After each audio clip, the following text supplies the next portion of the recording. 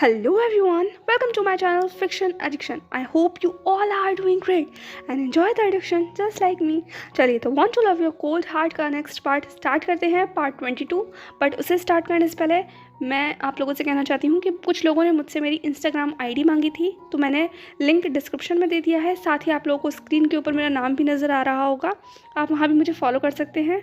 अभी भी इंस्टाग्राम शुरू किया है मैंने, बहुत ज़्यादा मैं एक्टिव नहीं हूँ उस चीज़ के ऊपर, सोशल मीडिया पर आप लोगों के कहने पर मैंने इंस्टाग्राम शुरू कर दिया है। तो जो भी चाहें तो मुझे वहाँ फॉलो कर सकते हैं, सपोर्ट कर सकते हैं, मुझसे बात कर सकते हैं, डीएम कर सकते हैं। ओके, यहाँ हम लोग बहुत ज़्यादा बातें नहीं कर सकते और आप लोग मुझसे शेयर कर सकते हैं अपने आइडियाज़, जो भी आप लोग कहना चाहें, स्टोरी के अंदर इंक्लूड करना चाहें, अच्छे अच्छे सजेशंस दे सकते हैं। ये मेरे लिए भी अच्छा होगा और आप लोगों के लिए भी, ठीक है। चलिए तो इंस्टाग्राम पर मिलते हैं। चलिए तो चैप्टर को स्टार्ट करते हैं और एंड में कुछ बातें हैं मेरी आपसे, तो वो सुन के जाइएगा, बीच में वीडियो को मत छोड़िएगा। तो वीडियो को पूरा सुनिएगा एंड प्लीज़ मेरी एक रिक्वेस्ट है आप लोगों से। आजकल मैं देख रही हूँ कि मेरे वीडियोस पर व्यूज़ तो आते हैं बट आप लोग लाइक नहीं करते। लगभग 400 से 500 तक लाइक ही हो पाते हैं, इससे ऊपर लाइक जाते ही नहीं हैं। क्या हुआ, आप लोग को पसंद नहीं आ रहा मेरा काम, वॉइस पसंद नहीं है, स्टोरी पसंद नहीं आ रही, या जो भी मतलब क्या मुझे समझ नहीं आ रहा कि और क्या वजह हो सकती है वीडियो को ना लाइक करने की। तो प्लीज़ गाइज एटलीस्ट आप एक लाइक तो कर ही सकते हैं। अगर व्यूज़ 4 से 5 हज़ार आ रहे हैं तो एटलीस्ट 1000 से 2000 लाइक तो एटलीस्ट होने चाहिए वीडियो के ऊपर। हमें भी अच्छा लगता है कि जब आपके काम को कोई पसंद करता है तो आपको शायद पता नहीं किस तरीके की एक मोटिवेशन मिलती है, एक इच्छा होती है अंदर से काम को और बेहतर करने की। तो प्लीज़ लाइक किया कीजिए वीडियो को, बिना लाइक किए बगैर नहीं जाया कीजिए, प्लीज़ लाइक किया कीजिए, ठीक है। चलिए तो स्टार्ट करते हैं। बहुत बातें हो गई, मैंने पका दिया शायद शुरू में ही। चलिए तो स्टार्ट करते हैं। लास्ट पार्ट हमने छोड़ा था एक फ्लैशबैक के साथ। फ्लैशबैक उसी चैप्टर में ख़त्म हो गया था, मैंने मेंशन नहीं किया था, यहाँ मेंशन कर देती हूँ। जान जैसे ही उस जेड डेल्टा टेक कंपनी से बाहर निकला था वो परेशान था। उसने टैक्सी ली और अब वो सफ़र तय कर रहा था। उसका फ़ोन लगातार उसके साइड में बजा चले जा रहा था। कहीं ना कहीं से अंदाज़ा था ये फ़ोन किसका होगा, क्योंकि 2 दिन से इस नंबर से लगातार उसके फ़ोन पर कॉल आ ही रहे थे। जान ने फ़ोन को देखा और उठा लिया। उसने अपने कान पर फ़ोन रखा, पर अगली आवाज़ ऐसी थी कि उसे अपने कानों से फ़ोन दूर करना पड़ा। सामने वाला शख्स उसके ऊपर ज़ोर ज़ोर से चिल्ला रहा था। जान ने एक लंबी सांस ली और फिर अपने आप को शांत करते हुए कहा, जियांग चैंग, अगर तुम ऐसे ही चिल्लाते रहोगे तो आई स्वेयर मैं तुम्हारा फ़ोन रख दूंगा, फिर मत कहना। पर इससे पहले कि जान आगे कुछ कह पाता, जियांग चैंग ने चिल्लाते हुए कहा, हिम्मत भी मत करना, अपनी हिम्मत भी मत करना, अगर तुमने फ़ोन रखा तो आई स्वेयर मैं तुम्हें वहीं आकर मारूंगा। जान ने हंसते हुए कहा, मारोगे तो तुम मुझे वैसे भी, चाहे मैं फ़ोन रखूं या ना रखूं। अब बताओ मेरे ग्रम्पी मैन, तुम इतना चिल्ला क्यों रहे हो? जियांग चैंग ने वहाँ से जवाब दिया, मैं चिल्ला क्यों रहा हूँ? यू बेवकूफ़ डम हेड, तुम कितने दिनों से घर से लापता हो और तुम्हारी ये news, what the hell are wrong with you? तुम्हें पता है डैड कितना परेशान है, शीसीए का कितना बुरा हाल है, किसी की चिंता परवाह है तुम्हें या नहीं? जान ने हंसते हुए कहा, सबकी छोड़ो, तुम अपनी बताओ, तुम्हें मेरी चिंता है या नहीं? जान ये कहते हुए ब्लिंक कर रहा था। उसकी आवाज़ में उसकी नॉटीनेस साफ नजर आ रही थी। जियांग चैंग की सांसें लगभग रुक चुकी थीं। फिर भी उसने अपने आप को शांत करते हुए कहा, मुझे तुम्हारी चिंता नहीं है, पर हाँ ये सब लोग मुझे चिंता दे रहे हैं, इस वजह से मुझे तुम्हारी चिंता हो रही है। अब बकवास बंद करो और ये बताओ कि तुम हो कहाँ, और ये जो सारा रायता तुमने फैलाया हुआ है, फ़ोन कर करके लोगों ने मुझे परेशान कर दिया है, जियांग चैंग ने घबराते हुए कहा। जान ने जवाब दिया, कोई बात नहीं, मैं तुम्हें हर चीज़ का जवाब दूंगा, चलो थोड़ा सा वेट करो, मैं 2 दिन बाद घर वापस लौटता हूँ। जियांग चैंग ने चिल्लाते हुए कहा, क्या कहा तुमने, 2 दिन बाद? अभी तुम्हें और 2 दिन चाहिए जान? आखिर तुम कर क्या रहे हो? इतने सालों से तो घर में ऐसे बैठे हुए थे जैसे कि बाहर की दुनिया के बारे में जानते ही ना हो, और अब जब बाहर निकले हो तो घर लौटने का ही मन नहीं है तुम्हारा? जान ने हंसते हुए कहा, हाँ, अब मैं बाहर निकला हूँ तो थोड़ा मुझे बाहर की दुनिया को एंजॉय तो करने दो। आई स्वेयर मैं जल्दी लौट आऊँगा, अब मेरी ज़्यादा चिंता मत करो, वरना तुम भरी जवानी में बूढ़े हो जाओगे, और मैं बिल्कुल भी नहीं चाहता कि तुम शादी से पहले बुढ़े हो जाओ। कैसे लगोगे तुम ना, मैं तो सोच भी नहीं सकता। जियांग चैंग ने कहा, अपनी बकवास बंद करो, तुम कितनी बकवास करते हो, मेरा तो पूरा दिमाग खराब कर दिया। इससे पहले कि वो आगे कुछ कह पाता, जान ने जल्दी से कहकर फ़ोन काट दिया। बाय बाय जियांग चैंग, हम बाद में मिलेंगे। अब फ़ोन कट चुका था। जियांग चैंग बस फ़ोन को देख रहा था और जान बस हंस रहा था। उसने अपना सर हिलाया और फ़ोन को साइड में रख दिया, फिर रास्ते की तरफ देखने लगा और अपने ही ख्यालों में खो गया। वहीं दूसरी तरफ जियांग चैंग भी अब अपनी चेयर पर बैठ चुका था। उसे बहुत अजीब लग रहा था जहान का ऐसा बर्ताव, पर वो क्या कर सकता है। एक हद तक ही किसी के ऊपर कंट्रोल किया जा सकता है। अब जहान ने कहा है कि वो खुद आकर जवाब देगा, तो वो उसका इंतज़ार के अलावा और कुछ नहीं कर सकता। सामने फेंग मियान बैठे हुए थे। फेंग मियान ने जियांग की तरफ देखते हुए पूछा, क्या कहा जहान ने?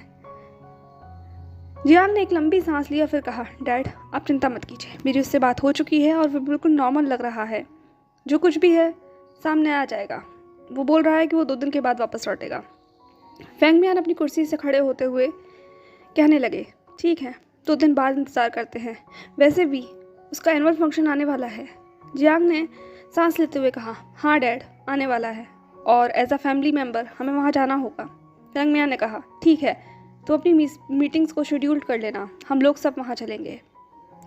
जियांग ने हंसते हुए कहा, ठीक है पता नहीं सबका, पर मैं और आप तो चलेंगे ही, क्योंकि मॉम के बारे में तो कह नहीं सकते। फेंग मियान ने भी अपनी आंखें बंद कर ली, क्योंकि यूचेंग के बारे में सचमुच कुछ नहीं कह सकते। वो अपने मन की मालिक है और जहान के मामले में तो भगवान ही मालिक है। ये कहते हुए अब दोनों ही फादर एंड सन अपने अपने कैबिन में चले गए। इस तरीके से जहान बस भगवान से दुआ कर रहा था कि वो बाकी सबके सवालों से भी बच जाए, क्योंकि अभी उसे बहुत सारे सवालों के जवाब देने थे और गिनती तो अभी शुरू हुई है।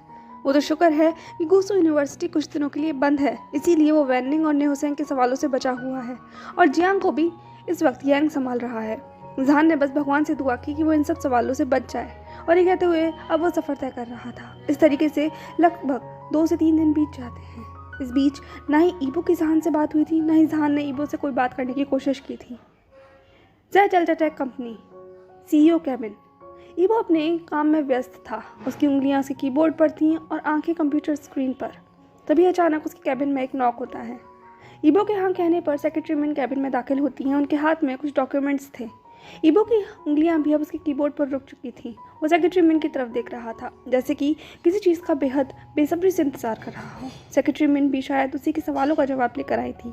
उन्होंने एक फाइल वहीं टेबल पर रखते हुए कहा, सर जिस गुसू यूनिवर्सिटी के शेयर्स आपने खरीदने की हमसे कहा था, लगभग 49% शेयर्स हम लोग खरीद चुके हैं।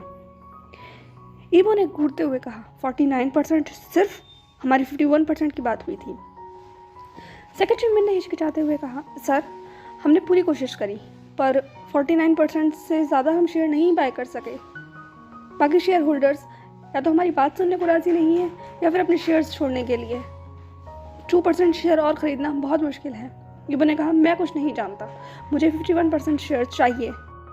सेक्रेटरी मिन ने थोड़ा हिचकिचाते हुए कहा, सर अगर हमें 51% शेयर चाहिए फिर तो हमारे पास एक ही रास्ता बचा हुआ है। ईबो ने अपनी ब्रोज रेज कर ली। उसकी क्यूरियोसिटी बढ़ चुकी थी। ये ऐसा कौन सा रास्ता है? सेक्रेटरी मिन की घबराहट देखकर वो समझ गया था कि कोई ना कोई अजीब बात ही होने वाली है। सेक्रेटरी मिन ने एक फ़ोटो को वहीं डेस्क पर रखते हुए कहा, सर इनके पास 5% शेयर है और ये अपने शेयर बेचने के लिए भी तैयार है। ईबो ने कहा, तो फिर दिक्कत क्या है, खरीद लो, और फ़ोटो मुझे क्यों दिखा रही हो? सेक्रेटरी मिन ने कहा, सर बट इनकी एक कंडीशन है। ईबो ने कहा, कंडीशन? सेक्रेटरी मिन ने कहा, जी हाँ सर, ये चाहती हैं। सेक्रेटरी मिन बोल नहीं रही थी। लगभग 3-4 सेकंड उन्होंने इसी तरीके से वेस्ट कर दिए। ईबो ने चिल्लाते हुए कहा, सेक्रेटरी मिन आपको पता है ना, यहाँ एक सेकंड की कीमत है, तो आप प्लीज़ मुझे स्ट्रेट फॉरवर्डली बताएंगी? सेक्रेटरी मिन ने गल्प किया और कहा, सर एक्चुअली ये चाहते हैं कि आप गुसू यूनिवर्सिटी का फंक्शन इनके साथ अटेंड करें, यानी कि एक डेट की तरह। ईबो ने अपनी आंखों को शार्प कर लिया। उन्होंने मिन की तरफ देखते हुए कहा, मैं किसी ऐसी बकवास प्रपोजल के लिए बिल्कुल भी हामी नहीं भरूंगा। मुझे इनके 5% शेयर नहीं चाहिए। वांग ईबो किसी ऐसे वैसे को अपनी डेट नहीं बनाता, और वैसे भी अब मुझे किसी की ज़रूरत नहीं है। आप इस ऑफिस की हेड सेक्रेटरी हैं और मेरी पर्सनल सेक्रेटरी, तो ये आपकी रिस्पॉन्सिबिलिटी है कि मेरी सारी नीड्स को किस तरीके से कंप्लीट किया जाए। ऐसे रेडिकुलस प्रपोजल को आप मेरे पास नहीं लेके आ सकती। अब आप जा सकती हैं। ये कहते हुए ईबो की उंगलियां अब उसके लैपटॉप स्क्रीन के कीबोर्ड पर चल रही थी, और इसका मतलब बात खत्म हो चुकी थी। सेक्रेटरी मिन ने फ़ोटो को वहीं छोड़कर बाकी सब चीज़ों को उठाया और कैबिन छोड़कर बाहर निकल गई। ईबो बस मन में सोच रहा था कि आखिर जहान ने उसे कॉल अभी तक क्यों नहीं किया। खैर, वो इस बारे में खुद से कुछ भी स्टेप नहीं लेना चाहता था। इसी तरीके से कुछ और दिन बीत गए थे। अब ईबो अपने ऑफिस कैबिन की मीटिंग रूम में बैठा हुआ था। उसके सामने हाउशवान था, बाकी कुछ और पर्सन्स भी वहाँ पर मीटिंग में शामिल थे। मीटिंग चल रही थी। मीटिंग खत्म होते के साथ ही एकाएक हाउशवान टेबल के ऊपर गिर गया। उसने ड्रामेटिकली कहा, ओह माय गॉड, आज तो मैं लगभग मर ही गया था। इबो ने उसकी बातों पर कोई ध्यान नहीं दिया। वो अभी भी अपना काम कर रहा था। हाउशवान ने अपना फ़ोन निकाला और इंस्टाग्राम खोलकर उसे स्क्रॉल करने लगा। वो धीरे धीरे इंस्टाग्राम के अपने सभी फॉलोअर्स को और पेज को रिफ़्रेश कर चेक कर रहा था। पर उसकी क्यूरियोसिटी एकाएक जब जाके कहीं हवा में गायब हो गई, जब एक फ़ोटो उसके सामने आ गया। उसका पूरा चेहरा लगभग सफ़ेद पड़ चुका था। इतनी ज़्यादा शांति महसूस होते के साथ ही इबो ने भी अपनी आंखें उठाकर हाउशवान की तरफ देखा, जैसे कि वो समझने की कोशिश कर रहा हो कि आखिर इसको क्या हुआ। हाउशवान ने इबो की तरफ आंखें करते हुए कहा, तुम्हें पता है कुछ? इबो ने कहा, तुम ही बता दो, मैं भी इंतज़ार कर रहा हूँ कि आखिर इतनी शांति क्यों है। हाउशवान ने अपना फ़ोन इबो के आगे रखते हुए कहा, ये क्या हो रहा है? आखिर तुम मुझे बताओ कि तुम्हारा बॉयफ्रेंड मेरे फ्यूचर बॉयफ्रेंड के साथ क्या कर रहा है। इबो ने कहा, व्हाट? क्या कहा तुमने? हाउशवान ने फ़ोन की स्क्रीन के ऊपर टैप करते हुए कहा, मैंने कुछ नहीं कहा, तुम इसे देखो। उसके अंदर जहान और जियांग की फ़ोटो थी। दोनों एक दूसरे के गले में हाथ डालकर लगभग बहुत कोजी होकर खड़े हुए थे। इबो की आईज शार्प हो गई। वो फ़ोटो को घूर रहा था और उसने हाउशवान का फ़ोन लेकर फ़ोटो को जूम कर देखने लगा। इस तरीके की नज़दीकियाँ इबो को बिल्कुल पसंद नहीं आ रही थी।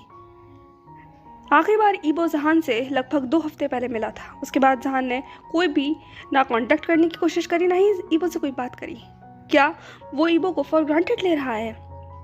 इबो की पकड़ हाउशवान के फ़ोन के ऊपर टाइट हो चुकी थी। हाउशवान ने कहा, अब अपना गुस्सा क्या मेरे फ़ोन के ऊपर उतारोगे? उसे तोड़ना चाहते हो तुम? छोड़ो मेरे फ़ोन को और अपने बॉयफ्रेंड से कहो मेरे फ्यूचर बॉयफ्रेंड से दूर रहे। हाउशवान ने ये कहते एक साथ उस कैबिन को छोड़ने लगा। वो बिल्कुल बच्चों की तरह एक्ट कर रहा था। इबो ने कहा, वो कोई तुम्हारा फ्यूचर बॉयफ्रेंड नहीं है। तुम्हारी बात भी हुई है उससे? क्या बकवास कर रहे हो? लगता है तुम दिन में सपने देख रहे हो। हाउशवान ने कहा, तुम्हें बैठे बैठे बॉयफ्रेंड मिल गया है ना, इसीलिए तुम बकवास कर रहे हो। हम जैसे लोगों को तो मेहनत करनी पड़ती है।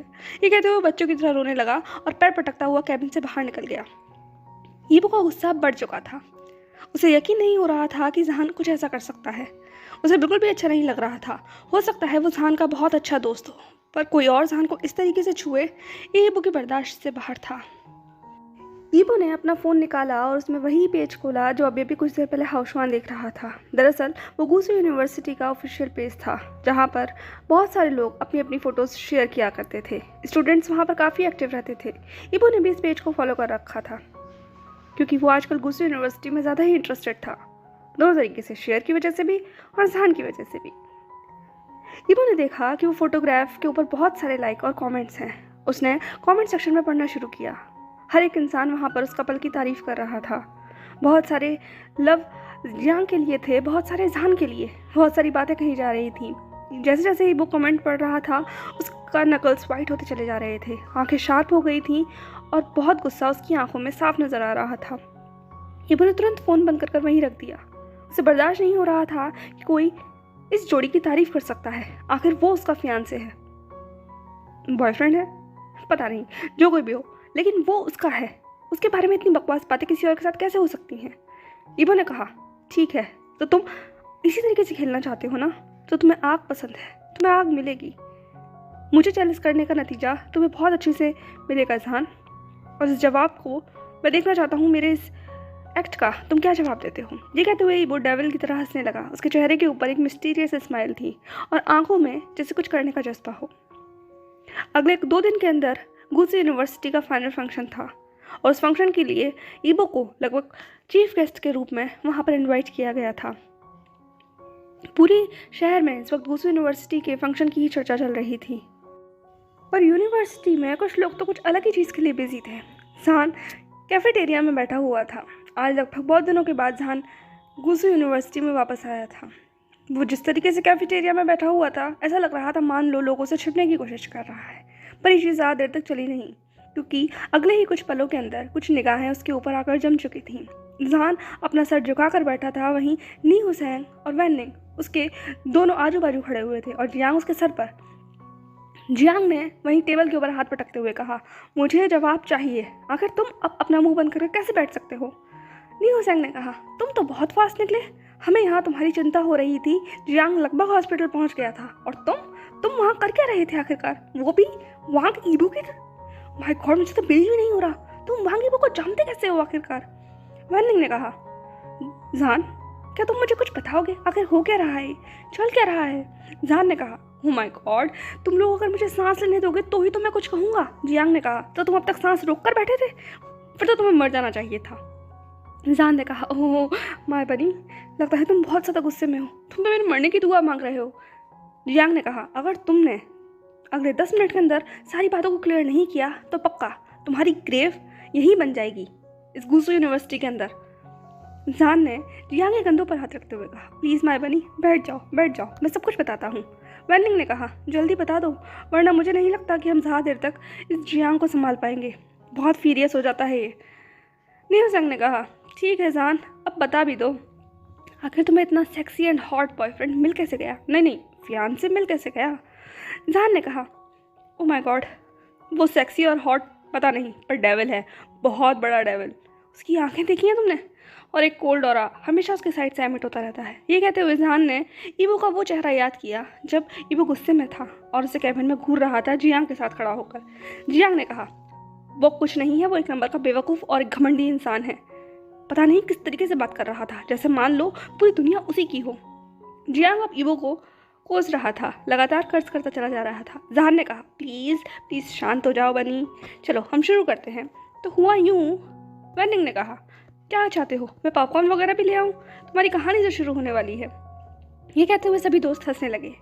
न्यूसेंग ने कहा, डोंट टेल मी, ये वही है जिसके लिए तुम इतने सालों से कह रहे थे कि तुम्हारा फियांसे है? जान ने कहा, बिल्कुल सही, एक तुम ही हो जो सबसे इंटेलिजेंट हो। वैनिंग ने कहा सर हिलाते हुए, हाँ वही तो है बस, बाकी हम सब तो लोग यहाँ बेवकूफ़ बैठे हैं। जान ने कहा, नहीं ऐसी बात नहीं है, दरअसल ये वही इंसान है जिसके बारे में मैंने तुम्हें बताया था। न्यूसेंग ने कहा, पर तुम वांग यीबो को कैसे जानते हो? जान ने कहा, मैं नहीं जानता, बट मेरा और उसका कनेक्शन बहुत पुराना है। जियांग ने कहा, क्या बकवास कर रहे हो, कैसा कनेक्शन? क्या तुम लोग बचपन के स्वीट हार्ट हो? जान ने कहा, हम तो नहीं है, लगता है हमारी डेस्टिनी ने हमें स्वीट हार्ट बना दिया। वैनिंग ने कहा, क्या ईबो इस बारे में जानता है? जान ने चकल करते हुए कहा, वो जानता नहीं है, पर हमारे दिल पहचानते हैं एक दूसरे को। खैर, हम लोग एक दूसरी कंपनी एंजॉय कर रहे हैं। न्यूसेंग ने कहा, तो तुम एक दूसरे से बातें करते हो? जान ने अपना सर खुजाते हुए कहा, बातें करते हैं, वो करने की क्या ज़रूरत है? वैनिंग ने जान को घूरते हुए देखते हुए कहा, क्या इसका मतलब तुम उससे मिले नहीं जब से लेके अब तक? जान ने कहा, बहुत टाइम हो गया, लगभग 2 हफ्ते। अब न्यूसेंग और वैनिंग दोनों ही उसकी तरफ घूर रहे थे। जियांग तो अपना सर झुकाकर बैठा हुआ था। जान अपनी तरफ ऐसी निगाहों को देखकर उन दोनों की तरफ आश्चर्य से देखने लगा, जैसे कि उनसे पूछना चाहता हो कि आखिर उसने ऐसी क्या गलती कर दी। जान ने अपना गला साफ करते हुए कहा, क्या हुआ, तुम लोग मुझे ऐसे क्यों देख रहे हो? वैनिंग ने कहा, सीरियसली जान, तुम मुझसे कोई बात नहीं की उस दिन के बाद से? आखिरी बार तुमने उसे कॉल कब किया था? जान ने कहा, मैं उसे कॉल कैसे कर सकता हूँ, मेरे पास तो उसका नंबर ही नहीं है। अब खांसी आने की बारी न्यूसेंग की थी। वो जो ड्रिंक ले रहा था वो लगभग खांसते हुए बोला, क्या कहा तुमने, तुम्हारे पास उसका नंबर ही नहीं है? जान ने हंसते हुए कहा, हाँ मेरे पास नहीं है, हाँ मैंने मांगा ही नहीं। न्यूसेंग ने कहा, सीरियसली जान, तुम उसे अपना फियांसे कह रहे हो? तुम उसका इंतजार कर रहे थे, ना तुम्हारे पास उसका नंबर है ना तुमने उससे बात की है, तुम लोग क्या बच्चों का खेल खेल रहे हो? वैनिंग ने कहा, मुझे लगता है कि तुम सब पागल हो गए हो, खासकर तुम जान, तुम्हें पता भी एक रिलेशनशिप को कैसे चलाया जाता है? जब तुम खुद से ही कोई स्टेप नहीं लोगे तो तुम उससे कैसे एक्सपेक्ट कर सकते हो? जान ने कहा, मुझे नहीं पता क्या करना चाहिए। उससे मिलने जाना चाहिए, उसे बातें करनी चाहिए, उसे बताना चाहिए, उसे और जानना चाहिए, ये सब चीज़ें करनी चाहिए। हाँ मुझे लगता है जल्दी करनी चाहिए, जो पता है ना उसके पीछे लगभग पूरे शहर की लड़कियाँ पागल हैं। न्यूसेंग चिल्लाते हुए कहा। जान ने कहा, ठीक है मैं चला जाऊँगा मिलने, तुम इतना ओवर एक्साइटेड क्यों हो रहे हो? वैनिंग ने कहा, क्योंकि तुम बिल्कुल ठंडे पड़े हुए हो, अगर तुम यहाँ ऐसे ही बैठे रहे तो बहुत जल्द तुम्हारा वांग यीबो तुम्हारे सामने से चला जाएगा और तुम कुछ भी नहीं कर पाओगे। कोई एक ऐसी लड़की आएगी उसकी ज़िंदगी में जो उसे अपना दीवाना बना देगी। जान ने कहा, ऐसा कोई नहीं कर सकता। ये कहते हुए उसने अपना हाथ वही टेबल पर पटका। जान अब गुस्से में नजर आ रहा था। जान ने कहा, वो मेरा है, उसके लिए मैंने बहुत लंबा इंतज़ार किया है। मॉम ने एक वही गिफ्ट तो मेरे लिए छोड़ा है और मैं अपने गिफ्ट को कहीं नहीं जाने दूंगा।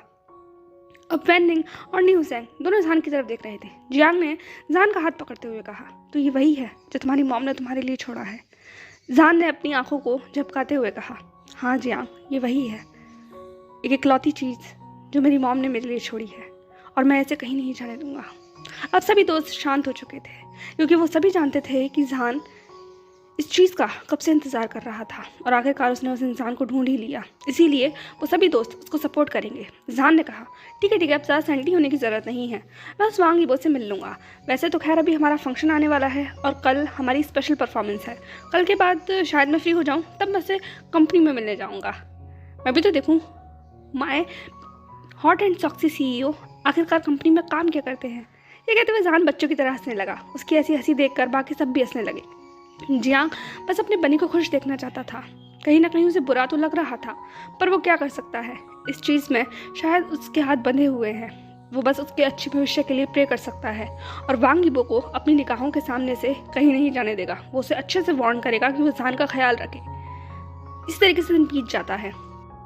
इन सब चीज़ के बीच में गुसू यूनिवर्सिटी के अंदर जहान की पॉपुलैरिटी और ज़्यादा बढ़ गई थी। सब वांग यीबो से जहान को ढूंढने जो लग गए थे। हर एक इंसान जानना चाहता था कि वांग यीबो और जहान एक साथ कैसे हैं। इस बीच में यूनिवर्सिटी के टीचर और प्रिंसिपल भी पीछे नहीं थे। वो भी जहान से बहुत कुछ जानना चाहते थे, पर एक बैरियर जहान ने अपने आगे खड़ा कर रखा था और वांग यीबो की कंपनी की तरफ से भी गुसू यूनिवर्सिटी को लेटर आ चुका था कि कोई भी जहान को पर्सनली क्वेश्चन पूछ कर परेशान ना करे। इसीलिए सभी पीछे खड़े हुए थे और जहान को ज़्यादा परेशान नहीं कर रहे थे क्योंकि सभी वांग यीबो के गुस्से को बहुत अच्छी तरीके से जानते हैं। इसीलिए जहान अभी तक जिंदा था, वरना इन सब के सवालों के बीच में वो दबकर कहाँ मर जाता, इस बात का अंदाज़ा कोई नहीं लगा सकता था। न्यू सैंग ने हंसते हुए कहा, वैसे तुम्हारे बॉयफ्रेंड ने सभी को काबू कर रखा है। जहान ने कहा, वो ऐसा ही है। ये कहते कहते अब लगभग 2 दिन बीत चुके थे। गुसू यूनिवर्सिटी का गोल्डन सेरेमनी आ चुकी थी। पूरी यूनिवर्सिटी बहुत ब्यूटीफुली डेकोरेटेड थी। लगभग सारे आसमान में सितारे, ऐसा लग रहा था कि गुसू यूनिवर्सिटी के उस फंक्शन के अंदर शामिल हो चुके हैं। सारा डेकोरेशन ए क्लास था और बहुत बड़े बड़े लोग इस वक्त फंक्शन में शामिल होने आ रहे थे। यूनिवर्सिटी का हर स्टूडेंट इस वक्त अपनी जिम्मेदारी को संभाल कर यूनिवर्सिटी के काम में हाथ बटा रहा था। जहान का पूरा ग्रुप भी यूनिवर्सिटी के काम में लगा हुआ था। जहान एक बहुत टॉप क्लास स्टूडेंट था और इस वक्त पूरे शहर का हॉट टॉपिक भी था, तो इसीलिए उसके कंधों पे बहुत जिम्मेदारी थी।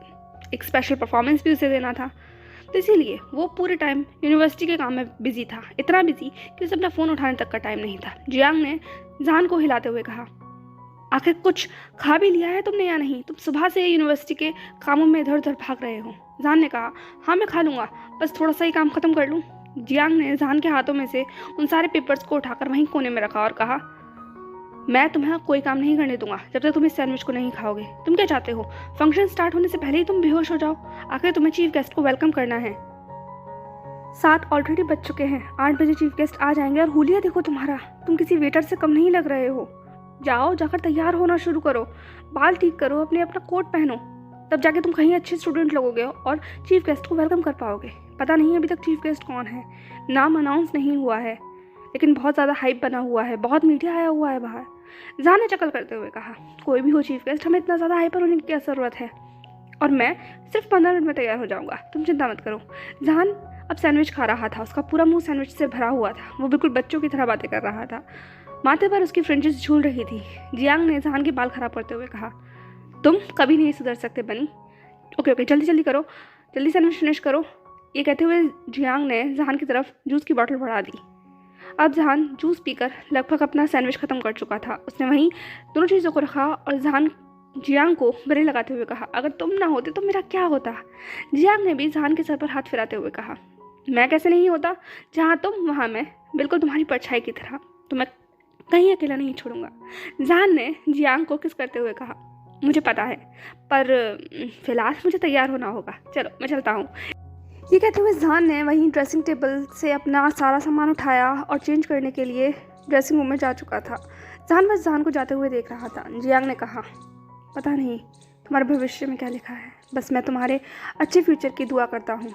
जो लोग तुम्हारी ज़िंदगी में शामिल हों, काश वो तुम्हें संभाल सकें। ये कहते हुए जियांग की आंखों में बहुत सारे इमोशन नजर आ रहे थे। उसकी मुट्ठियाँ बंधी हुई थीं। वो जहान को बहुत प्यार करता है। पता नहीं, कभी कभी प्यार को लफ्ज़ नहीं दिए जा सकते। ये बात जियांग जानता था। उसने अपने आप को वहीं शीशे में खड़े हुए देखा और अपने मन में कहा, तुम मेरे लिए स्पेशल हो, बहुत स्पेशल। हाँ, हम रोमांटिकली एक दूसरे से कनेक्टेड नहीं हैं, पर मैं हर वक्त तुम्हारे साथ रहता हूँ। तुम्हारी आदत हो चुकी है, ये आदत कैसे हटेगी? अब कोई और आ चुका है जो तुम्हें संभालेगा। जान, अपना ख्याल रखना। ये कहते हुए एक हल्की सी परत जियांग की आंखों में आ चुकी थी। वक्त बीत गया। धीरे धीरे जान अब ड्रेसिंग रूम में तैयार होकर बाहर आ चुका था। वो शीशे के सामने खड़ा होकर अपने आप को देख रहा था। न्यू सैंग, वैन ने और जियांग भी उसके अगल बगल खड़े हुए थे। जान बहुत खूबसूरत लग रहा था। उसका ब्लैक कोट, उसके वो ब्यूटीफुल बाल जो बहुत अच्छी तरीके से बंधे हुए थे, उसके चेहरे की वो चमक, उसकी वो चमकती हुई आँखें, रोजी पिंक लिप्स और उसकी वो ग्लोइंग वाइट स्किन, बिल्कुल एंजल की तरह हमेशा से। जियांग ने कहा, बहुत खूबसूरत लग रहे हो। वैनिंग ने कहा, पता नहीं आज कितनों का दिल तोड़ने वाले हो। न्यू सैंग ने कहा, तुम्हारे रहते किसी का दिल साबुत रह सकता है? पता नहीं, मुझे तो कितने लोगों को कॉल करके हॉस्पिटल भेजना पड़ेगा। ये कहते हुए सारे दोस्त हंसने लगे और जान की टांग खिंचाई करने लगे। जान ने सबको चुप कराते हुए कहा, अरे चुप हो जाओ, फिलहाल हमें बाहर जाना होगा। वहीं तभी उस ड्रेसिंग रूम के गेट पर नॉक हुआ। सामने एक लड़का खड़ा हुआ था। उसने अपना फ्रेम चेक करते हुए कहा, जान जल्दी चलो, प्रिंसिपल सर ने तुम्हें चीफ गेस्ट को वेलकम करने के लिए बुलाया है। जान ने कहा, हाँ मैं आता हूँ। ये कहते हुए जान अब सभी दोस्तों को वहीं छोड़कर अपनी फाइल उठाकर उस लड़के के साथ आगे बढ़ गया। जान जल्दी जल्दी लंबे लंबे कदम लेता हुआ प्रिंसिपल के पास पहुँच गया। वो गेट पर खड़े हुए थे।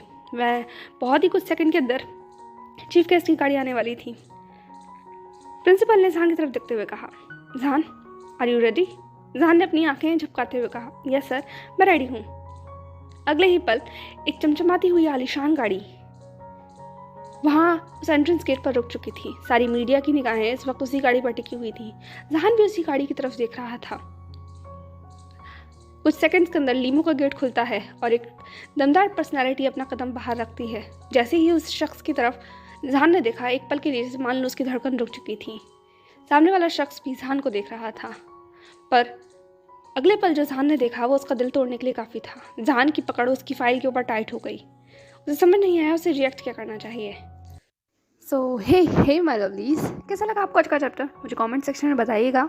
तो फाइनली अब हमारी दिवाली, भाई दूज वगैरह सारे फंक्शंस ओवर हो चुके हैं, तो अब हम लोग फ्री हैं, तो हम बातें कर सकते हैं। काफ़ी टाइम से बात की भी नहीं है, तो कैसा लग रहा है आपको अब तक I want to love your cold heart का ये सफ़र? बहुत टाइम से आपने बताया नहीं है, मैंने भी नहीं पूछा क्योंकि हम सब लोग दिवाली में बिजी थे। तो अब आप मुझे कमेंट सेक्शन में बता सकते हैं कि यहाँ तक की स्टोरी आपको कैसी लग रही है।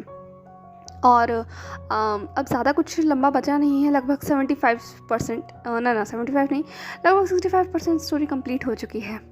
तो अब तक आप इसको कितना रेट करेंगे? मतलब पसंद आ रही है आपको? अभी तक मैं आपको बांध कर रख पाई हूँ ना? ऐसा तो नहीं है कि अब आप कहीं बोर हो रहे हो?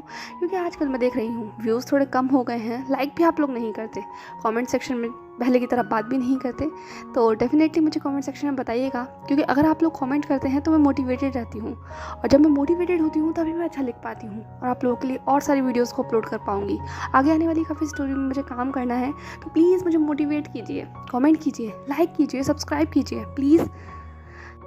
एंड मैं सोच रही थी कि I want to love your cold heart के साथ साथ मैं एक ओमेगा वर्स की फैन फिक्शन शुरू करूं। बहुत से लोग मुझे ओमेगा वर्स के लिए रिक्वेस्ट कर रहे थे, तो उन सभी व्यूअर्स के लिए मैं ओमेगा वर्स स्टार्ट करना चाहती हूं। मैं दोनों स्टोरीज़ को साथ में कंटिन्यू करूंगी। वैसे ये स्टोरी भी चलती रहेगी और वो वाली भी चलेगी। आप लोगों की इस पर क्या राय है, आप मुझे कॉमेंट सेक्शन में बता सकते हैं। ऐसा मत सोचिएगा कि मैं इस चीज़ को इसको रोक दूँगी। I want to love your cold heart ये भी चलेगी, इस पर वीडियो आना बंद नहीं होंगी, तो आप इसकी टेंशन मत लीजिए। ओमेगा वर्स मैं एक्चुअली डालना चाहती हूँ एक्स्ट्रा में, क्योंकि सिर्फ एक ही वीडियो से आप लोग भी थोड़ा सा नहीं होता होगा और मेरा भी थोड़ा रहता है कि हाँ चलो एक और वीडियो का साथ साथ चलेंगे 2 स्टोरीज़, तो अच्छा रहेगा। तो ये जस्ट मेरा एक सजेशन है, बाकी मैं इस पर काम कर रही हूँ। वो स्टोरी मेरी कंप्लीटेड है, तो अगर आप लोग ओके हैं तो हम ऐसा कर सकते हैं। तो एक दिन में 2 वीडियोज़ तो एटलीस्ट आप सुन ही सकते हैं और इन्जॉय भी कर सकते हैं। वो ओमेगा वर्स होगा और ओमेगा वर्स के लिए अपना ही एक फ़ैन मतलब क्रेज़ होता है। वांगशान तो है ही, और वांगशान में अगर ओमेगा वर्स हो तो क्यूरियोसिटी और इंटरेस्ट और ज़्यादा बढ़ जाता है। क्या कहना चाहेंगे आप लोग इस बारे में?